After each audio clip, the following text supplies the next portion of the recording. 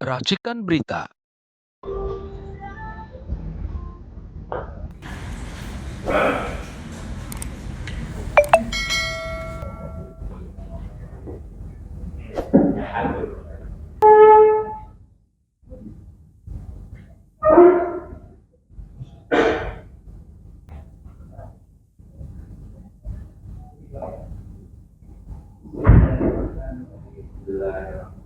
Artinya kalau misalnya dalam satu perkara itu ada dua kewenangan sebenarnya di situ, kecampur seperti tadi Prof. Ali dijelaskan, ada perkara di dalamnya, kemudian ada kemungkinan unsur tata usaha negaranya, kemudian dia juga eksepsi korupsi absolut, kemudian seandainya dikabulkan. Apakah satu perkara ini selalu menjadi perkara yang berhenti ketika korupsi absolut dikabulkan, atau yang berhenti hanya terkait dengan unsur hukumnya saja, sementara yang mungkin terkait sama perkaranya masih bisa diteruskan masuk dalam pemeriksaan pokok perkara? Mohon penjelasannya. Kalau menurut pandangan saya kembali kepada prinsip asas unity of claim.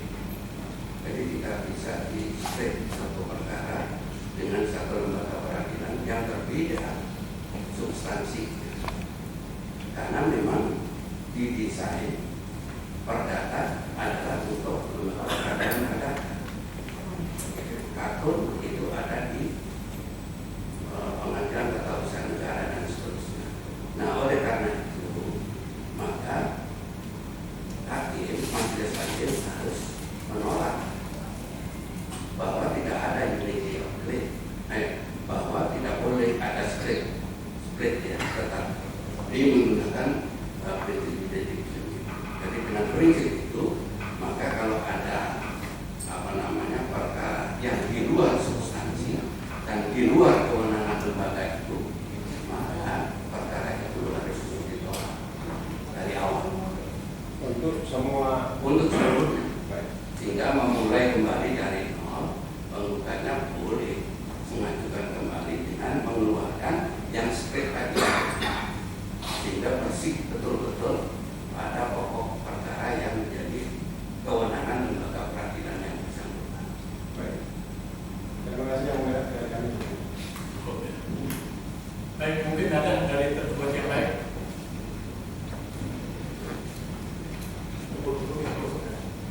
Baik, silakan. Ini yang melihat Kuasa dari penggugat. Terima kasih ahli, menarik Prof. Saya ingin memperdalam dan nambah ilmu juga dari terang gugatan ini, sehingga apa yang akan diurus oleh majelis nanti benar-benar memiliki legitimasi hukum, karena ini juga perkara ini diperhatikan oleh publik. Baik Prof, saya ingin spesifik membagi pada dua kompetensi yang mungkin nanti perlu kami minta tambahan penjelasan. Katakanlah kalau peradilannya itu harusnya memutus perkara perdata, kemudian diadili melalui peradilan tata usaha negara atau sebaliknya. Apakah ini yang juga termasuk dalam pendapat Prof sebagai unity of speech, sehingga tidak boleh digabungkan atau harus dikeluarkan dulu salah satu materinya? Ya. Kalau sudah diajukan kepada lembaga peradilan, maka peradilan yang bersangkutan terkena pasal 10. Apa itu Prof? Pasal 10 itu peradilan tidak boleh menolak perkara. Ini wajib tetap diregistrasi, diperiksa. Nah, dalam pemeriksaan itu, kalau terjadi ternyata ini melanggar prinsip unity of claim, maka hakim akan menolak putusan.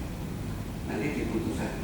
Artinya tidak masuk pada pemeriksaan awal, baru masuk ke pokok perkara di putusan. Tidak masuk pada pokok perkara, tetapi pada Dan saya ingin konsisten Prof, tadi Prof sampaikan harus diputus di putusannya. ya, di putusan kan bisa putusan selah. Oh, yang dimaksud putusan selah. Gitu.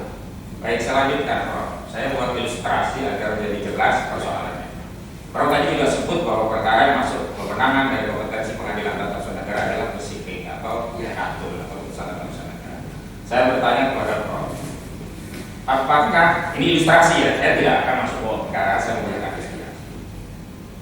apakah sertifikat hak milik yang di sana dijelaskan luasnya 20 hektar dengan SHM itu termasuk katun atau besiking yang menjadi kewenangan Peradilan Tata Usaha Negara?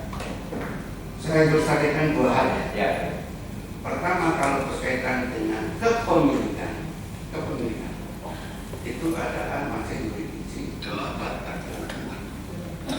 Tetapi kalau kaitannya dengan dikeluarkannya surat, makanya ada judulkan tanda kepemilikan. Ada kata tanda. Tanda berarti ada sesuatu untuk membuat bahwa ini adalah produk dari pejabat atau usaha negara, dalam ini adalah BPS. Maka kalau ini kaitannya dengan sertifikat, apakah asli apakah palsu gitu ya, maka proses segala macam itu takut peradilan atau usaha negara. Tapi kalau menyangkut substansi kepemilikan itu masih menjadi kewenangan lembaga peradilan umum. Baik, kami lanjutkan. Kalau terkait substansi kepemilikan lembaga peradilan umum, saya lebih spesifik ilustrasinya. Kalau seseorang ingin membatalkan sertifikat tersebut karena dianggap ada cacat baik prosedur maupun substansi, termasuk tidak ada kewenangan dari lembaga yang berkaitan, kemana orang yang ingin membatalkan keputusan tata usaha negara itu harus mengajukan gugatan sesuai dengan kompetensi peradilan yang Prof jelaskan? Sepanjang itu menyangkut keputusan yang berkaitan dengan peradilan tata usaha negara, karena objeknya adalah keputusan tata usaha negara, maka lembaga peradilan yang punya jurisdiksi adalah peradilan tata usaha negara. Baik, kami lanjutkan. Ilustrasinya ada tambahan. Objek yang dipersoalkan bukan terkait sah tidaknya sertifikat tersebut, tetapi ternyata orang yang punya 20 hektar tadi membangun bangunan melebihi luasan yang 20 hektar. Dia punya sertifikat, memang sah, belum dibatalkan. Tapi dia membangun sejumlah bangunan melebihi di 20 hektar. Misalnya, dia membangun hampir di 100 hektar di luar sertifikat itu, yang klaimnya itu adalah berdasarkan sertifikat itu. Nah, apakah membangun sebuah bangunan di luar luasan sertifikat yang dimiliki tadi masuk kategori perbuatan melawan hukum yang bisa dibawa ke kewenangan kompetensi peradilan perdata, atau masih kategori ini adalah terkait sah atau tidaknya sertifikat tersebut? Baik, kalau menyangkut perbuatan, Ya, kontrak market ya, perbuatan tertentu itu adalah kewenangan dari lembaga peradilan umum. peradilan umum ya. Baik. Tetapi kalau menyangkut persoalan sah atau tidaknya sertifikat sebagai tanda kepemilikan, itu adalah kartu peradilan tata usaha negara. Dengan demikian, kalau ada perbuatan memperluas, katakan memperluas kepemilikannya sendiri, nah itu kan perbuatan melawan hukum, kontrak market. Tetapi bukan kontrak market operator, bukan, tetapi adalah oleh seseorang, oleh orang atau bahkan hukum perdata. Dia hubungannya adalah apakah itu konteksnya, kalau penyerobotannya kaitannya dengan pidana, kalau kaitannya kepemilikannya dalam hukum perdata. Baik, saya lebih lanjutkan. Lebih spesifik, apakah dimungkinkan bahwa seseorang menggugat terkait kepemilikan dan juga menggugat ya, di luar objek yang dasar katunnya itu tidak benar, tapi tanpa mempersoalkan katunnya? Maksudnya tidak ada tuntutan pembatalan katun tersebut. Dalam hal ini di dalam gugatan tidak ada tuntutan pembatalan sertifikat tersebut, namun menuntut bahwa tindakan membangun di luar area objek yang dimiliki sesuai katun tadi adalah sebuah perbuatan melawan hukum, yang membangun di luar tanah yang menjadi area dari katun objek perkara itu. Ya, tetap harus dibedakan mana yang kepemilikannya sah, mana kemudian yang kaitannya dengan keputusan tata usaha negara.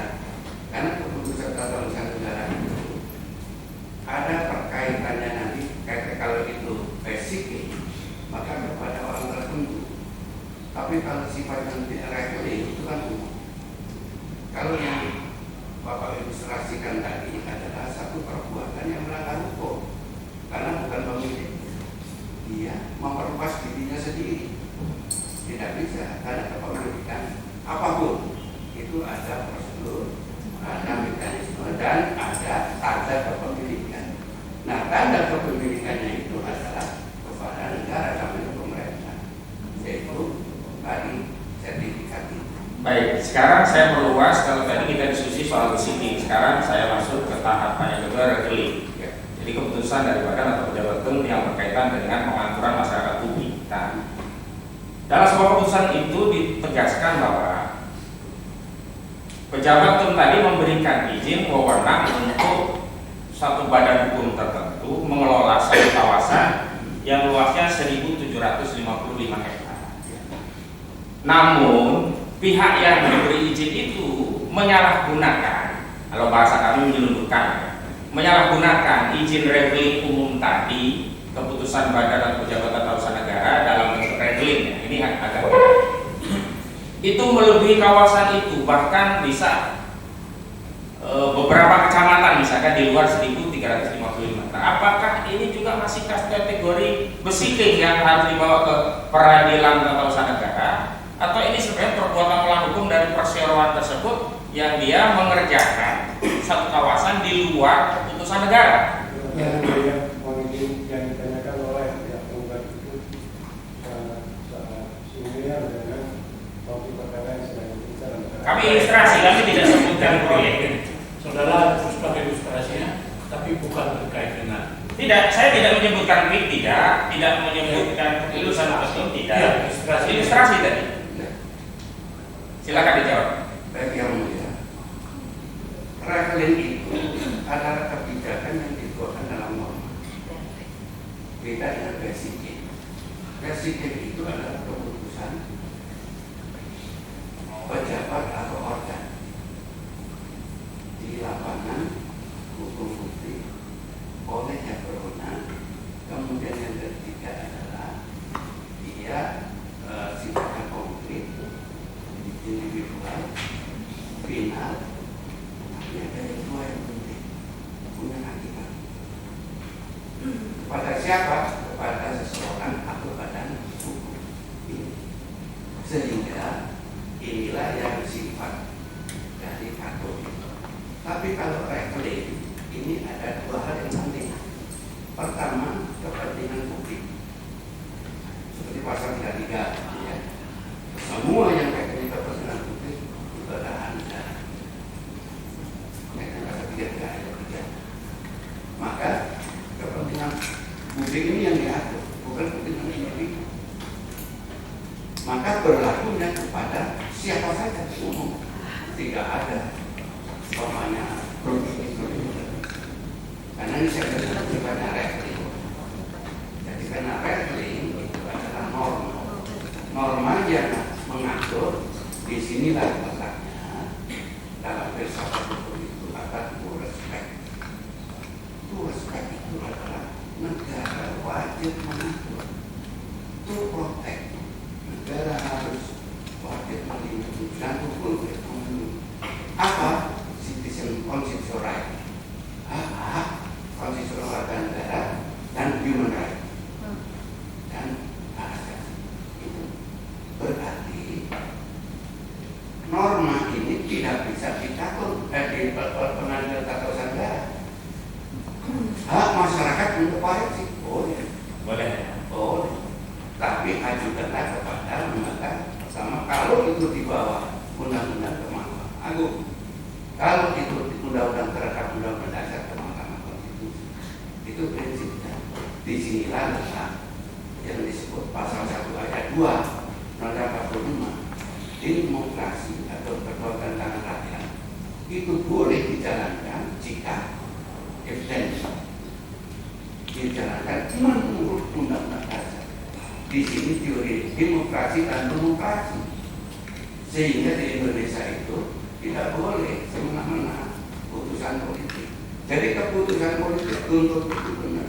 Keputusan demokrasi secara demokrasi tidak menjamin itu benar dan adil, maka masyarakat boleh mengoreksi, tapi koreksinya ke lembaga peradilan. Disinilah Mahkamah Agung untuk peraturan di bawah undang-undang terhadap undang-undang, Mahkamah Konstitusi undang-undang terhadap undang-undang dasar. Nah, kira-kira begitu. Baik, saya agak diillustrasikan pada pertanyaan yang berkaitan dengan perkara, meskipun saya tetap tidak akan menyebut objek perkaranya. Ya. Di MK itu ada dua sengketa biasanya yang akhirnya MK memberikan dua perspektif. Yang pertama, problema konstitusionalitas pasal atau undang-undang terhadap undang-undang dasar. Yang kedua, problema penerapan pasal. Artinya yang bermasalah bukan normanya, tapi penerapannya. Nah, dalam konteks regeling juga, masyarakat itu bisa mempersoalkan dua hal. Kalau Prof yang sebutkan tadi kan berarti mempersoalkan norma, apakah bertentangan atau tidak dengan undang-undang sehingga dibawa ke Mahkamah Agung. Bagaimana kalau yang dipersoalkan masyarakat itu bukan keputusan atau norma atau regelingnya, tetapi pelaksanaan aturan ini oleh orang yang diberi kewenangan justru melanggar baik dari sisi batasan, prosedur, juga substansi. Apakah tetap harus ke lembaga Mahkamah Agung atau itu masuk kategori merupakan perbuatan melawan hukum karena tidak sesuai dengan peruntukan? Begitu. Ya, kalau kita lihat perluasannya, Ya.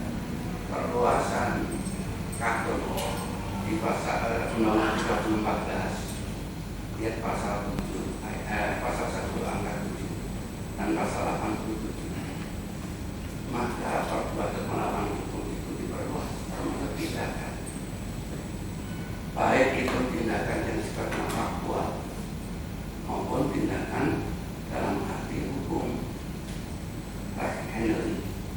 Dengan demikian, kalau itu kaitannya dengan norma, saya berpandangan bahwa tetap yang diuji itu norma. Normanya itu valid atau tidak. Valid itu dengan struktur di atas hierarki norma, atau valid dengan nilai-nilai yang berkembang dalam masyarakat. Jadi yang berkembang di dalam judicial review itu ada dua perspektif. Perspektif positivisme, yang kedua perspektif common atau perspektif living atau progresif. Karena di situ hak asasi masuk. Semua putusan dari demokrasi dibela katakan di undang-undang atau peraturan, kalau melanggar hak asasi itu wajib dibatalkan. Wajib, bukan dapat, wajib dibatalkan. Karena apa? Hak masyarakat itu dilindungi oleh undang-undang dasar. Jadi proteksi tadi. Dalam ilustrasi yang saya sampaikan, justru besitingnya itu sendiri misalkan sudah dibatalkan, sementara tindakan dari pemegang besitingnya itu tetap melanjutkan sebuah tindakan berdasarkan besiting. Saya kasih contoh lah, misalnya dia punya sertifikat tanah, dia bangun di luar wilayah, sertifikatnya itu sendiri sudah dibatalkan atau sudah diangkat oleh badan yang menerbitkan, tapi dia tetap melanjutkan. Apakah tindakan dengan melanjutkan ini juga bisa dibenarkan secara hukum?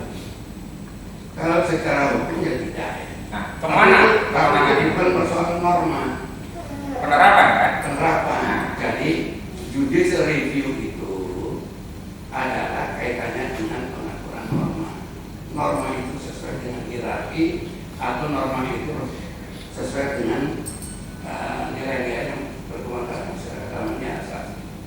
Nah, oleh karena kalau itu ada pelanggaran hukum, pelanggaran kalau itu penyerobotan, kalau itu pembuangan tidak izin, itu kan pidana, bukan masalah perdata. Bukan, ada hak-hak yang di masyarakat itu diambil yang sebelumnya berdasarkan keputusan dari badan pejabat penyelenggara negara. Yang keputusan itu sudah dianulir. Oke. Apakah tindakan tadi, maksud saya bertanya, Baik. masih terkategori harus masuk ke petun, atau ini sebenarnya hal yang terpisah berkaitan dengan kerugian yang dialami oleh masyarakat? Ya, saya kira itu masuk dalam kontrak market operation.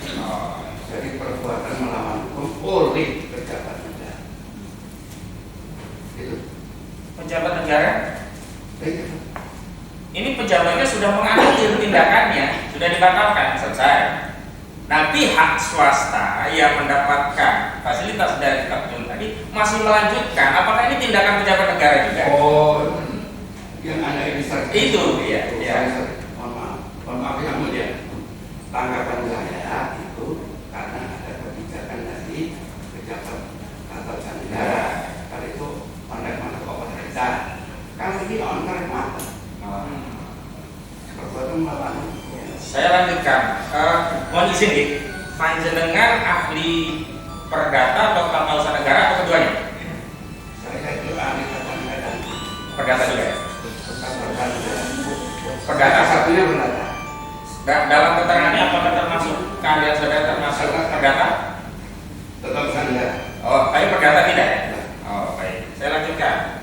Tadi saudara berikan konsekuensi bahwa putusan itu kalau ada penggabungan yang bahasa saudara tadi unity of split itu tidak bisa, maka harus batal demi hukum atau setidaknya ditolak. Saya tidak mendengar bahasa dari saudara putusan itu harus on list perklat atau NO atau tidak dapat diterima. Apa perbedaan yang saudara sampaikan dari konsekuensinya terhadap sebuah perkara dalam perkara perdata? Kalau di dalam perkara perdata NO berarti kan sebetulnya tidak diterima. Tidak diterima itu berarti perkara ini tidak memenuhi syarat sebagai perkara. Kalau batal demi hukum berarti ada kewenangan dari pengadilan menyatakan ini batal demi hukum. Berarti bukan berarti konsekuensinya tidak mengajukan balik dan seterusnya. Oleh karena itu penggugat itu punya kesempatan lagi untuk memperbaharui gugatan, mengajukan gugatan baru. Baik, saya lanjutkan. Ada perkara lain sekaligus saya tanyakan karena kebetulan ada ahli. Tindakan-tindakan yang di luar hatun dan itu dilakukan yang masuk kategori perbuatan melawan hukum, apakah juga masuk juga harus dianggap tidak dapat atau batal demi hukum juga? Sangat paham bertanya. Ada dua tiga perkara. Ilustrasinya ada 8 poin yang dipersoalkan. Salah satu poinnya yang saudara bisa terangkan tadi ada yang saudara sebut dengan ungkapan unity of state yang konsekuensinya itu menjadi satu kesatuan. Bagaimana dalam sebuah objek itu ternyata tidak hanya satu objek saja, ada beberapa objek yang lain, ada 7 ada 8 yang itu tidak terkait dengan keputusan tata usaha negara. Apakah ini tetap menjadi harus dibawa ke katun atau bagaimana? Silakan yang mulia, pengulangan tadi saya sudah tanyakan hal itu dan jawaban ahli tidak ada split. Oke. Bentar. Kalau saudara bisa menjawab, ya dijawab. Kalau itu bukan kewenangan saudara, saudara jawab. Saya coba menjawab yang mulia. Ya. Karena kalau ini itu adalah prinsip bahwa satu gugatan itu adalah kesatuan substansi yang sama. Tidak boleh tercampur dengan substansi perkara yang lain. Contoh, ini perkara perdata, sengketa perdata. Tapi di dalamnya ada juga dimajukan perkaranya kaitannya dengan kebijakan tone gitu. Nah, itu melanggar unity of split. Berarti tidak boleh di-split. Parameternya itu. Parameternya. Baik, saya tambahkan. Ada sebagian ahli yang memberikan parameternya pada petitum sebuah gugatan karena di situ akan kelihatan apakah dipercampur atau tidak. Misalnya, selain menyatakan perbuatan melawan hukum di dalam sebuah gugatan juga ada petitum untuk membatalkan satu keputusan tata usaha negara. Nah, disitulah kemudian berlaku prinsip yang saudara sebut sebagai unity of split. Bagaimana kalau ternyata memang di dalam sebuah gugatan petitumnya tidak ada kaitannya yang berkaitan dengan keabsahan sebuah produk keputusan tata usaha negara atau besiking, tapi fokus kepada pernyataan agar dinyatakan itu sebagai sebuah perbuatan melawan hukum. Sekarang gini Pak, sebuah gugatan itu ada 3 hal. Pertama adalah kira-kira berbeda, yang kedua adalah posisi. Di tidak mungkin petitum itu lepas dari posita. Kalau positanya itu membangun logika, termasuk juga dari di luar substansi yang rumput yang dibuka, maka secara logika rasio legisnya itu menjadi kesimpulan untuk amal untuk petitum. Petitum itu dibangun karena logika dan dibangun di posita. Gak mungkin kemudian petitum itu berdiri sendiri lepas dari positanya, gak mungkin. Nah, oleh karena itu ini satu kesatuan. Maka dalam konteks logika hukum ada relasi antara logika posita dengan logika petitum. Gitu. Bagaimana ketika relasi posita dengan petitum itu sebagian kemudian nyambung, sebagian tidak, sehingga dalam perkara kan kita juga kenal ada putusan dikabulkan sebagian tapi tidak seluruhnya. Apakah itu juga masuk kategori unity of speech yang saudara sampaikan tadi, melanggar atau tidak? Nah, kalau yang konteksnya bagaimana menilai itu, mohon maaf, ada. Artinya semua tetap berpulang kepada penilaian majelis hakim. Iya, otomatis. Kita ini kan dalam perkara semua putusan ada pada majelis, cuma kita memberikan satu masukan dengan pendekatan nanti unity of claim itu kita akan memberikan dampak tidak diterimanya sebuah gugatan itu. Baik, tadi saudara karena mengajar perdata juga saya ingin bertanya, apa substansi dari pasal 1365 sebagai dasar sebuah perkara itu masuk kategori perbuatan melawan hukum itu seperti apa? Paling tidak unsur-unsurnya. Ada yang melibatkan menurut kami itu masuk dalam materi pokok perkara. Saudara bisa menjawab itu?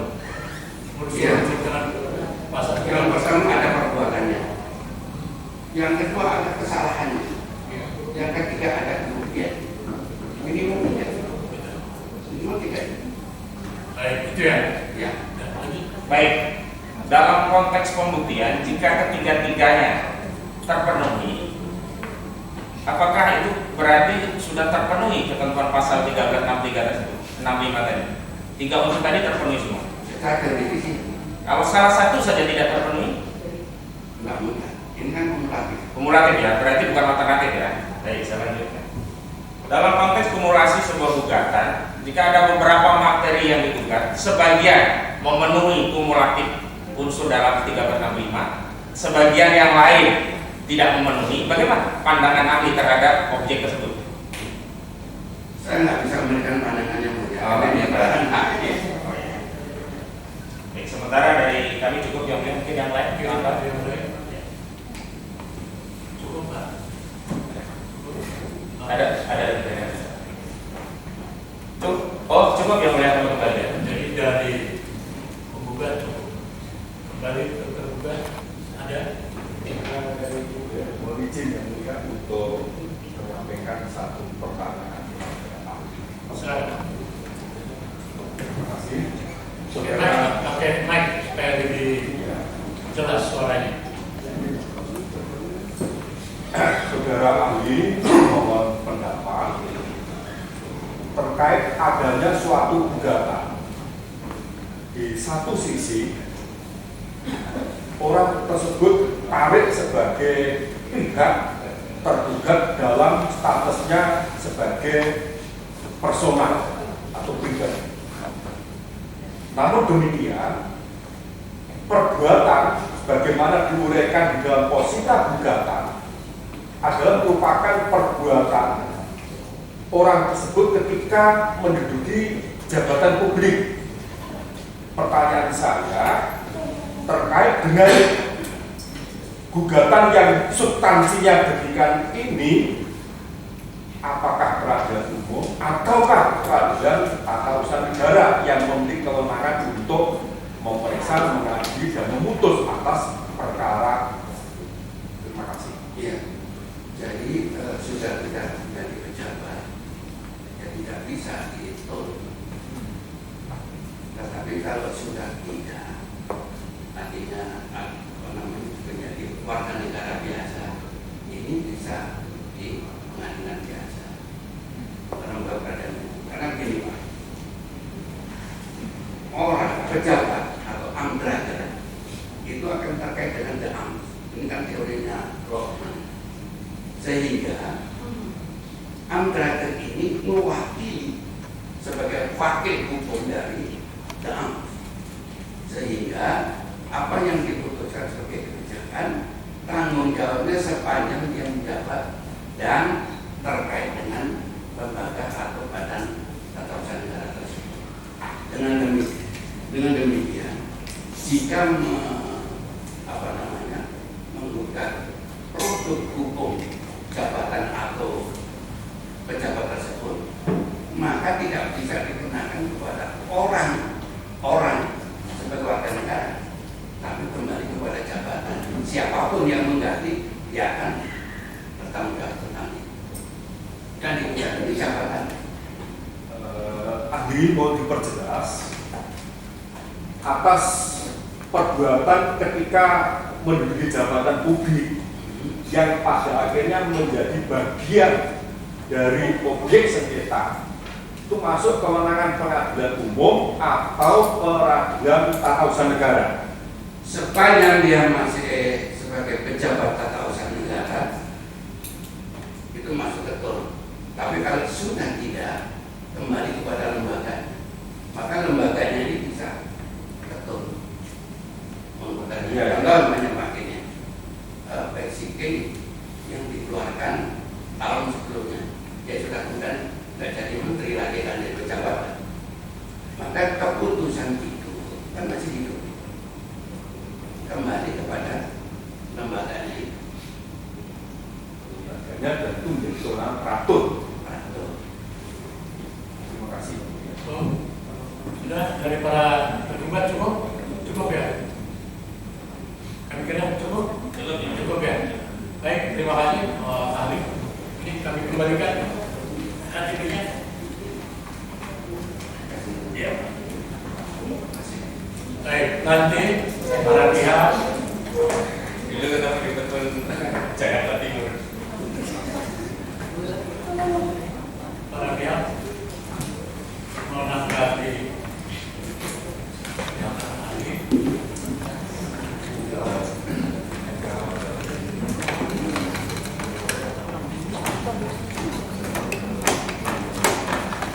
Sudah ada ya? Sudah cukup ya? Semua ya? Cukup juga? Cukup ya? Kami tidak mengajukan penunjukan. Baik, berarti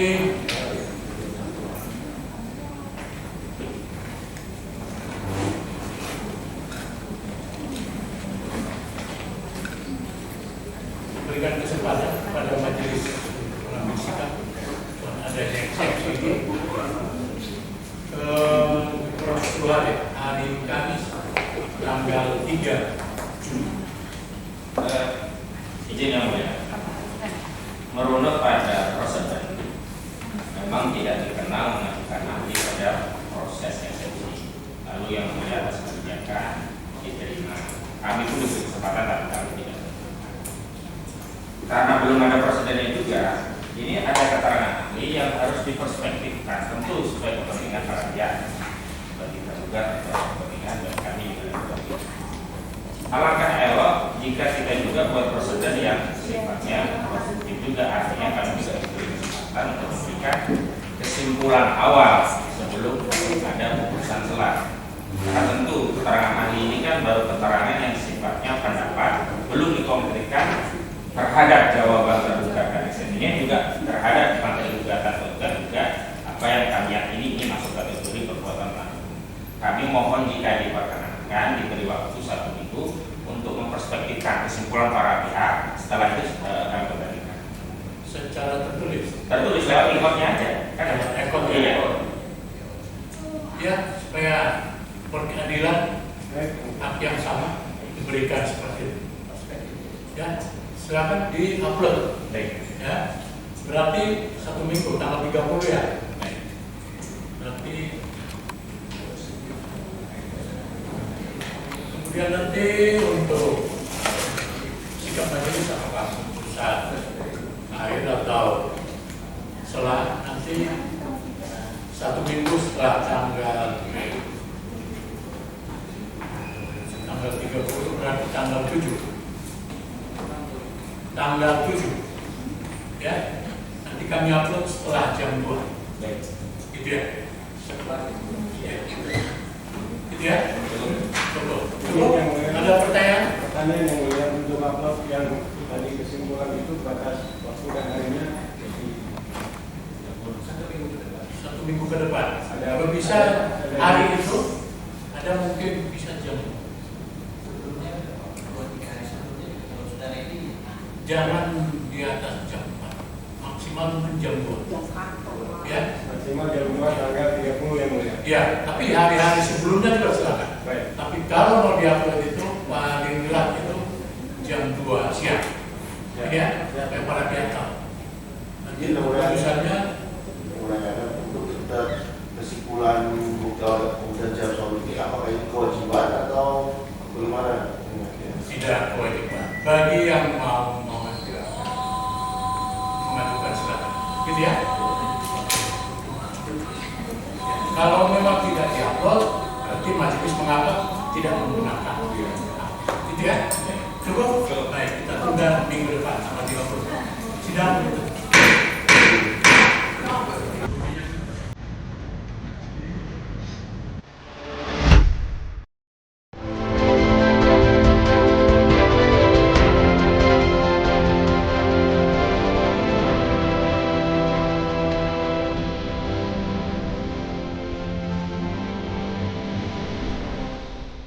Racikan Berita